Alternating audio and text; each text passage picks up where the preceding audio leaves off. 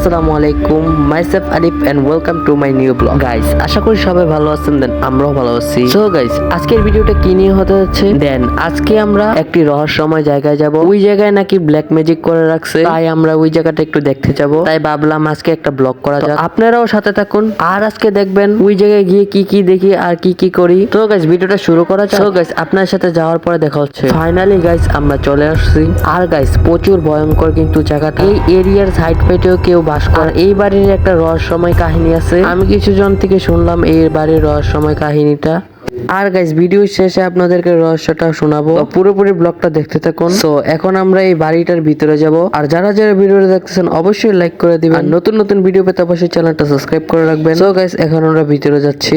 আর guys, এখানে দেখুন কত আরবি লেখা লিখে রাখছে। আর এটা তো ব্ল্যাক ম্যাজিক করা, তাই এইগুলা লিখে রাখছে। আমি গেছি আর আমার একটা বন্ধু গেছে, মানে আমরা দুইজনেই গেছি এই জায়গায়। আর গাইস, আমরা রিস্ক নিয়ে ভিতরে ঢুকে গেলাম। আর এই জায়গাটা একটু প্রচুর ভয়ঙ্কর। আর গাইস, এখন কিন্তু মাত্র বিকাল 4টা বাজে।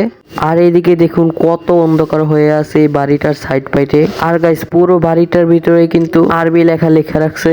আর গাইস, এখন আমরা ঘুরে ঘুরে দেখবো এই বাড়িটাকে, আর কোনো রহস্য পাওয়া যায় কিনা। আর গাইস, এই বাড়ির রহস্যটা হলো এই বাড়িতে নাকি কিছু মানুষ বাস করতো, বাট কোনো কিছু একটা শত্রুতামি কারণে এটাকে ব্ল্যাক ম্যাজিক করে রাখলো। তারপরে এখানে নাকি কিছু মানুষ মারাও গেছে। তারপর থেকে এই জায়গাটা পরিত্যক্ত বাসা হয়ে গেছে। আর গাইস, আপনারা তো জানেনই এই পরিত্যক্ত বাসায় কিছু না কিছু একটা থাকবে।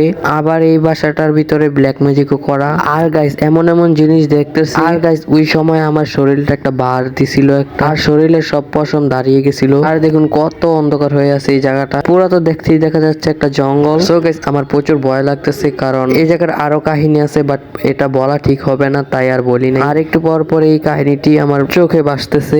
আর গাইস, এখান থেকে আসার পর আমি সারা রাত ঘুমাতে পারি নাই, এমন শরীর লাগছে। সো গাইস, এখন আমি ঘুরে ঘুরে দেখবো এই বাড়িটা। তো আপনার পুরোপুরি ব্লগটা দেখতে থাকুন। আর দেখুন কেমনে ব্ল্যাক ম্যাজিক করে রাখছে। আর আমরা এইদিকে যাওয়ার দরকার নাই, বাট এখন চলে যাইতে হবে। আরো কিছুক্ষণ থাকলে আবার কোনো সমস্যা হইতে পারে, তাই আমরা চলে যাব। আমরা পুরোপুরি বাড়িটা ঘুরতে পারি নাই, তাও যতটুকু পারছি এতটুকুই ঘোরার চেষ্টা করছি। সো গাইস, এখন আমরা বের হয়ে যাব। আর গাইস, টয়লেট গুলা দেখুন কি হয়ে আছে, আর পুরো বাড়ি একবার ভাঙাচুরা হয়ে আছে। সো গাইস, এখন আমরা চলে যাইতেছি। আর গাইস, আমি চাইছিলাম পুরো বাড়িটা একবার যা দেখতেছি তাই আর ঘুরি নাই। এদিকেও আরেকটা ভবন আছে, আবার ওইদিকে ভবন আছে, 3টা ভবন। আর গাইস, দেখুন কত বড় বাড়িটা, বাট এই বাড়িটা কত সুন্দর পরিত্যক্ত হয়ে আছে। সো গাইস, এখন আমি চলে যাব বাসার উদ্দেশ্যে। আর গাইস, এটা হলো আরেকটা ভবন। এটা একটু মোটামুটি আছে, বাট প্রচুর ভয়ঙ্কর লাগে ভিতরটা দেখলে। আর দেখুন সবটা বাড়ি তালা দিয়ে রাখছে। আর দেখুন এখানেও কিন্তু আরবি লেখা লেখা আছে, দরজার ভিতরে আরবি লেখা লেখা।